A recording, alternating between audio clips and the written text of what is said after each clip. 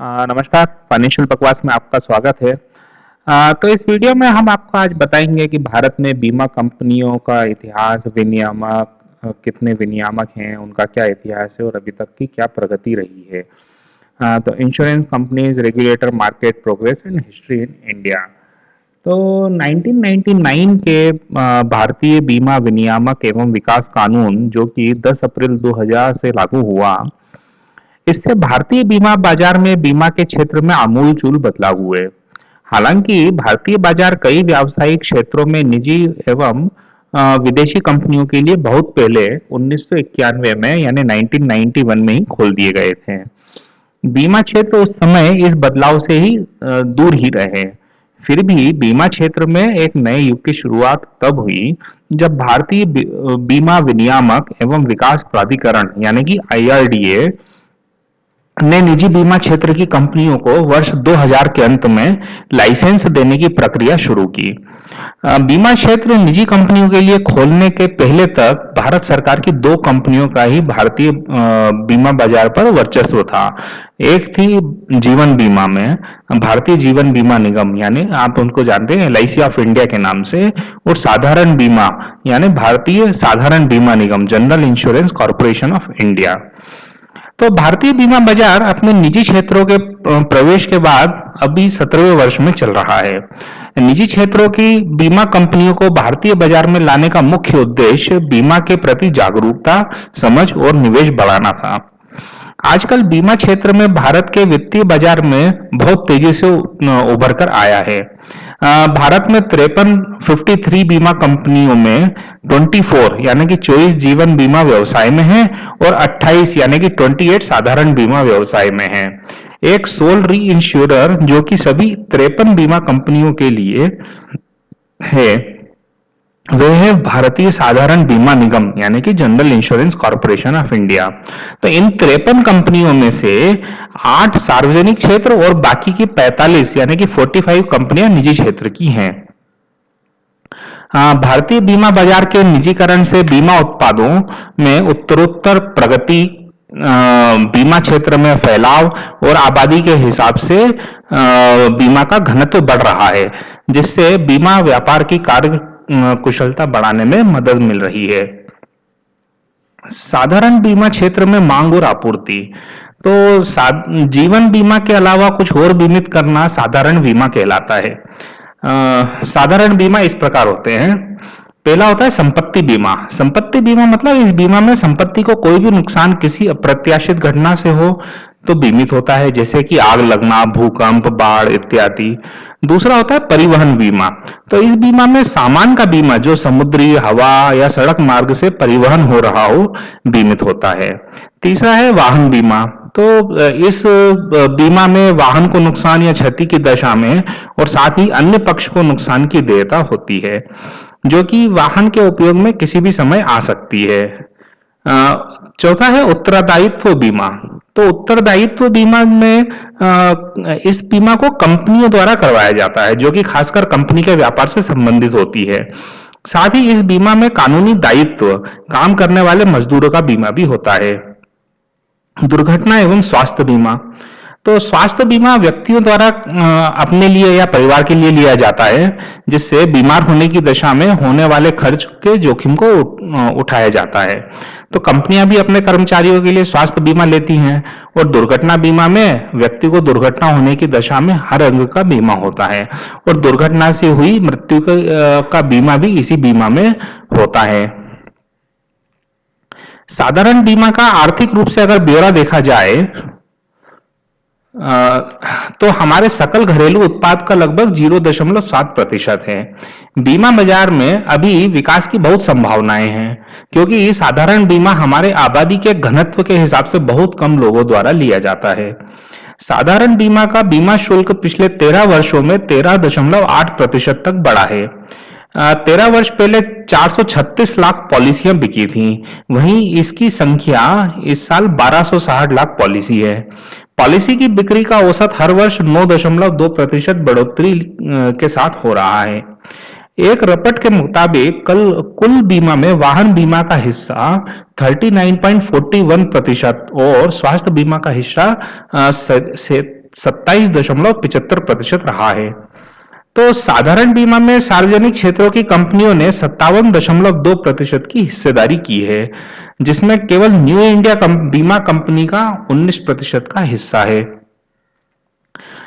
भारत में साधारण बीमा क्षेत्र में बदलाव। तो 1973 में साधारण बीमा व्यापार को 1 जनवरी 1973 को राष्ट्रीयकृत किया गया। लगभग 107 कंपनियों को 4 बड़ी कंपनियों में विलय कर दिया गया, जो कि national insurance company, new India insurance company, oriental insurance और यूनाइटेड इंश्योरेंस कंपनियां हैं। भारतीय साधारण बीमा निगम जनरल इंश्योरेंस ऑफ इंडिया वर्ष 1971 में गठित किया गया था और अपने बीमा व्यवसाय की शुरुआत उपरोक्त 4 सहायक कंपनियों के साथ 1 जनवरी 1973 से की थी। 2000 में दिसंबर 2000 में भारतीय साधारण बीमा निगम general insurance corporation of India की सहायक कंपनियों का पुनर्गठन किया गया और सबको स्वतंत्र कंपनियां बना दिया गया। भारतीय साधारण बीमा निगम general insurance corporation of India को राष्ट्रीय री इंश्योरर में बदल दिया गया। भारतीय साधारण बीमा निगम general insurance corporation of India अपनी सहायक कंपनियों के प्रति पर्यवेक्षकीय कार्य से भी मुक्त हुआ। 2002 संसद ने जुलाई 2002 में बिल पास कर भारतीय साधारण बीमा निगम general insurance corporation of India को चारों सहायक कंपनियों का स्वामित्व अधिकार भारत सरकार को दे दिया, यानी ये भारत सरकार के अधीन हो गई। तो 2005 में संसद में बिल पास किया गया जिसके तहत 49% 49% विदेशी निवेशक निवेश कर सके, एफडीआई, और 26% के निवेश होने पर विदेशी निवेशक प्रमोशन बोर्ड सम्मति लेना होती है।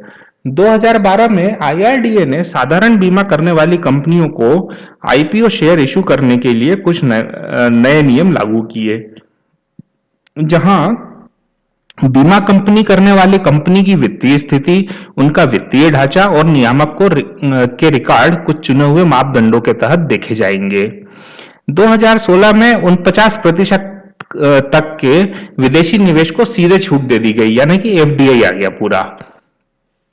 वर्ष 2000, तो जब से साधारण बीमा व्यापार आया है तब से इस व्यापार ने परिचालन संबंधित संतोषजनक एवं ठोस बदलाव देखे हैं। इसके लिए नियामक के नए नियमों में जो बदलाव किए गए हैं वे भी एक महत्वपूर्ण कारण है। तो वर्ष 2015 में बीमा बिल को पास किया गया था, जिससे विदेशी निवेशक बीमा क्षेत्र में 26 की बजाय 49% तक निवेश कर सकते हैं, जिससे देश की निजी बीमा क्षेत्र में क्रांति ही आ गई है। इस बीमा बिल से सार्वजनिक क्षेत्र की चारों कंपनियों को बाजार से बीमा पूंजी उगाहने की अनुमति भी मिल गई है। इससे सरकारी हिस्सा 100% से 51% तक हो जाएगा। अभी बीमा कंपनियों में सरकारी हिस्सा 100% है, तो बीमा कंपनियां 49% हिस्सा बेचकर अपने व्यापार को बढ़ा सकती हैं और बाजार की प्रतिस्पर्धा में खड़ी रह सकती हैं। वर्ष 2016-17 के बजट में सार्वजनिक क्षेत्र की बीमा कंपनियां बाजार में लिस्ट होकर पैसा उगा सकती हैं, और जैसा कि इस साल बजट में वित्त मंत्री और प्रधानमंत्री जी ने संकेत दिए हैं कि इस वर्ष जीवन बीमा कंपनियां और साधारण बीमा कंपनियों के आईपीओ आ सकते हैं। भविष्य में सार्वजनिक कंपनियों में जब जनता की होल्डिंग भी होगी तो और अधिक पारदर्शिता और उत्तरदायित्व सरकार पर होगा। भारत सरकार ने 2 नई बीमा योजनाएं बाजार में उतारी हैं, जिनकी 2015-16 यूनियन बजट में घोषणा की गई थी। पहली है प्रधानमंत्री सुरक्षा बीमा योजना, यानी पीएमएसबीवाई, जो कि निजी दुर्घटना बीमा योजना है। यही योजना सभी सार्वजनिक क्षेत्र की बीमा कंपनियों द्वारा दी जा रही है, और कोई बीमा कंपनी अगर इस योजना को लागू करना चाहती है तो वे बैंक के साथ समझौता करके योजना को बाजार में उतार सकते हैं। दूसरी बीमा योजना है प्रधानमंत्री जीवन ज्योति बीमा योजना, यानी पीएमजेजेबीवाई। यह एक सरकारी जीवन बीमा योजना है। दोनों योजनाएं जनता को कम से कम दाम में बुनियादी बीमा सुविधाएं देती हैं। बहुत ही आसानी से इन योजनाओं को विभिन्न सरकारी संस्थाओं और निजी क्षेत्र की संस्थाओं से लिया जा सकता है। आईआरडीए ने 12 जुलाई 2016 को स्वास्थ्य बीमा नियम 2016 पेश किया और यह नियम स्वास्थ्य बीमा नियम 2013 को बदल देगा। तो इस नियम से बदलाव होगा। तो स्वास्थ्य बीमा नियम 2016 में नई अवधारणा के पायलट प्रोडक्ट को पेश किया गया है, जिसमें उत्पाद को बनाते समय उन सभी प्रकार के जोखिमों को भी बाजार में उतारा जाएगा जो बाजार में अभी तक उपलब्ध नहीं है। तो वो सारे रिस्क कवर करेंगे। तो पायलट प्रोडक्ट जो कि साधारण बीमा और स्वास्थ्य बीमा कंपनी द्वारा बाजार में उतारे जाने हैं, उनकी समयावधि 1 वर्ष से अधिकतम 5 वर्ष तक की होगी। सामूहिक रूप से ऋण से संबंध स्वास्थ्य बीमा योजनाओं को भी लाया जाएगा और इन नए नियमों में समयावधि बढ़ाकर अधिकतम 5 वर्ष कर दी गई है। यह योजना साधारण एवं स्वास्थ्य बीमा कंपनियों द्वारा बाजार में लाई जाएगी। अभी तक जीवन बीमा कंपनियां बैंकों से गृह ऋण लेने पर जीवन बीमा ही दे रही थीं।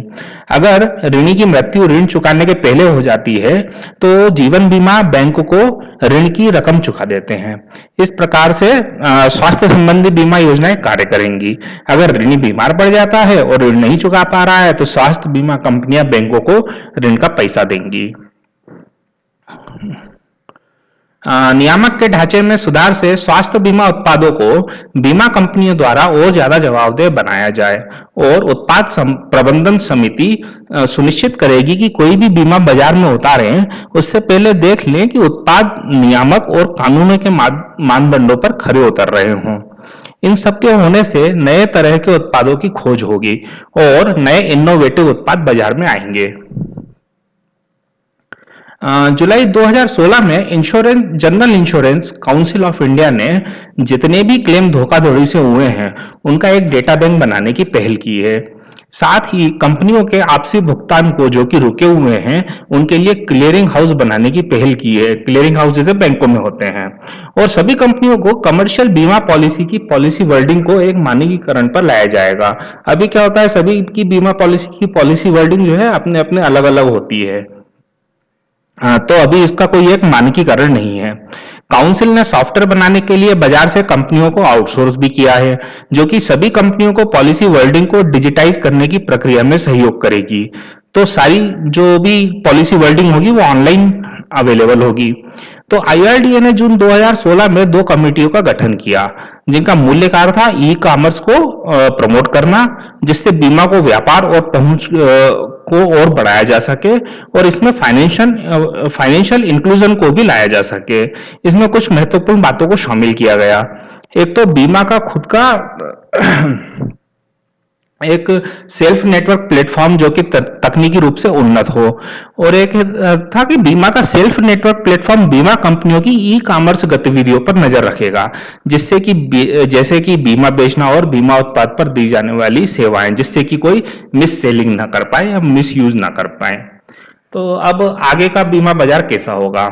तो भविष्य में जैसे जैसे गाड़ियों में नई डिवाइस आ रही हैं जो कि गाड़ियों पर नजर रखेंगी और किस तरीके से चलाया जा रहा है, तो मतलब कि ड्राइविंग पैटर्न और गाड़ी की स्थिति कैसी है, इसे टेलीमेटिक्स कहा जाता है। तो टेलीमेटिक्स से कार को चलाने को समझा जाता है कि किस रफ्तार से कार चलाई जाती है, कितनी देर में दूरियां तय की जाती हैं, कितनी देर में कितने किलोमीटर कार चलाई जा रही है। तो इन सब डेटा के ऊपर भी बीमा कंपनियां बीमित कार एवं व्यक्ति को जोखिम देखकर बीमा का प्रीमियम निर्धारित करेंगी।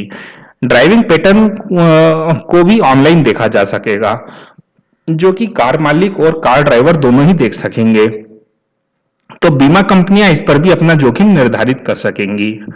आगे आने वाले वर्षों में बीमा कंपनियां नए प्रकार के उत्पाद बाजार में उतारेंगी, जिसमें कुछ अनूठी चीजें भी दिखाई देंगी। जैसे कि न्यू इंडिया इंश्योरेंस कंपनी ने अभी तक एक ही बीमा बाजार में उतारा है, वो है ग्रामीण बीमा पैकेज, जिसमें किसान के घर, चल और अचल संपत्ति, मवेशी आदि को बीमा के अंतर्गत लाया गया है।